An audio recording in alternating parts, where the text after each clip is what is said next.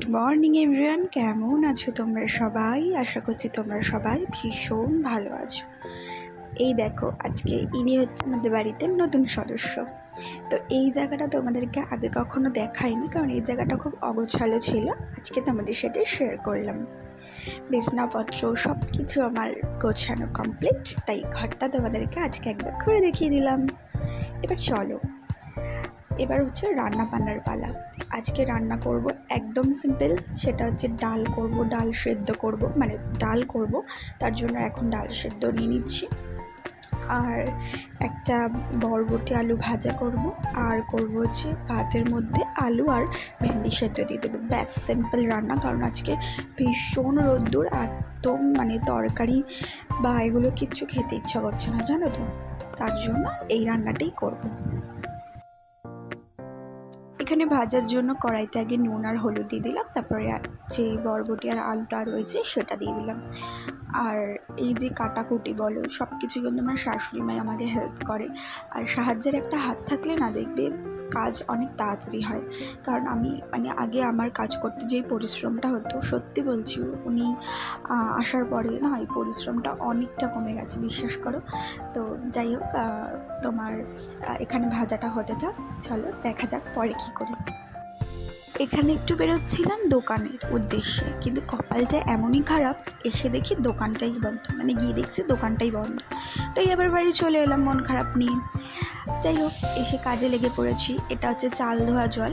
এই দেখো, কালকে আমার বর কী করেছে, ওই অ্যাকোয়ারিয়ামটা নিয়ে নামিয়েছে ওপর থেকে, আর এই গাছের মধ্যে এখানে পাথর দিয়েছে। এগুলো আমি ওকে একদমই বলিনি, এটা সম্পূর্ণ ওর আইডিয়া। তো পাথর দিয়েছে, তার কারণে এটা দেখতে নাকি অনেক সুন্দর লাগছে, আর সত্যিই সুন্দর লাগছে। আর এই গাছটাতে না খুব সুন্দর ফুলও হয়। আর তো সেই কারণে আমি ভাবলাম কেননা এগুলোরও একটু চর্চা করা যাক। আর এখন আমি বেদানা খেয়ে নিচ্ছি, ফল, এইটা টাইমটা ফল খাওয়ার টাইম। তো বেদানা, আঙুর আর হচ্ছে মুসম্বি। তারপর এখানে আমি চলে এসেছি রান্নাঘরে। আমার বরের জন্য একটুখানি ওই একটা বাতাসা ছিল। প্রথমে আমি নুন চিনির জল করতে গেলাম, তারপর রান্নাঘরে গিয়ে দেখি একটা বাতাসা রয়েছে। তারপরে ভাবলাম ঠিক আছে, তো রোদ্দুর দিয়ে আসবে, বাতাসা আর চিনি দিয়ে একটু জল করে দিয়েছি। আর এই বাতাসাটা কোনটা বলে, যেটা ঠাকুরকে দেওয়া হয়েছিল ওটা।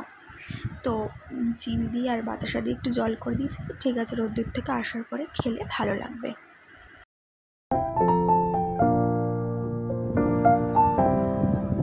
তারপর এখানে স্নান করে চলে এসেছি। এখন তো ঠাকুর পুজোটা খালি বৃহস্পতিবার করে আমি দিই, আর বাকি দিন শাশুড়ি মাই দেন।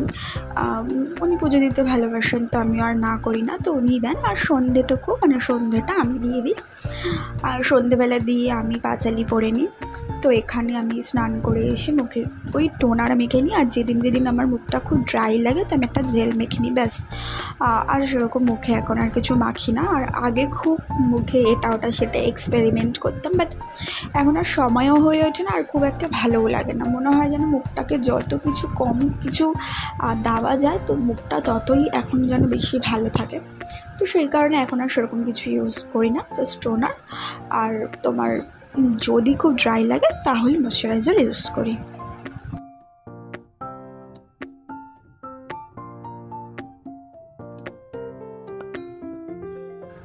সন্ধেবেলায় কী বলো তো, ওই তোমার আমার মা মানে শাশুড়ি মা সব ভাজ করেই রেখেছিলো। তো সন্ধেবেলা হয়ে যাওয়ার পরে আমি সেগুলো ঢোকাতে এসেছিলাম আলমারিতে, ওয়ার্ড্রপে।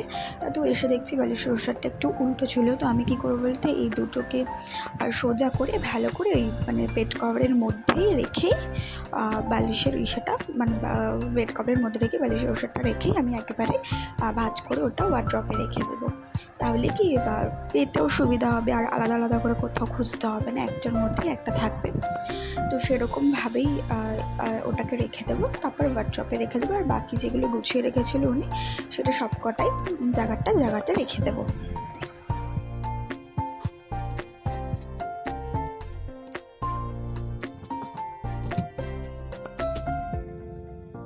তো ওই বাড়িতে সব কিছু গোছানোর পরে আমি চলে এসেছি আমার বাড়িতে, আমার শখের বাড়ি, নিজের বাড়িতে।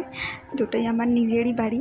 তো এখানে আমি চলে এসেছি। এবার তোমরা অবাক হয়ে যাবে ওই বাড়ি থেকে এখানে কী করে চলে এলো, স্টোরিটা একদিন শেয়ার করব। যাই হোক, আমি এই বাড়িতে চলে এসেছি। আমি এখানে দুধ খেতে এসেছি, কারণ আমাদের ওই বাড়িতে মানে আমার শ্বশুরবাড়িতে যেহেতু আমাদের এখনও ফ্রিজ কিনে ওঠা হয়নি, তো মায়ের কাছে তো ফ্রিজ আছে, তো ফ্রিজ কিনবো, বাট এখন না, পরে কিনবো। আর তোমার মায়ের কাছে চলে এসেছি দুধটা খেতে, কারণ মায়ের ফ্রিজের মধ্যেই দুধটা রাখি। আর দুধটা খেয়ে নেবো এখন।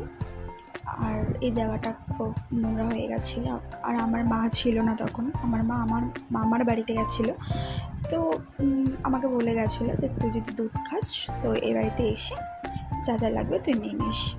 তো আমি এখানে চলে এসেছি। এবার ওই বাড়িতে যখন গেছিলাম আমি পুরো একা ছিলাম।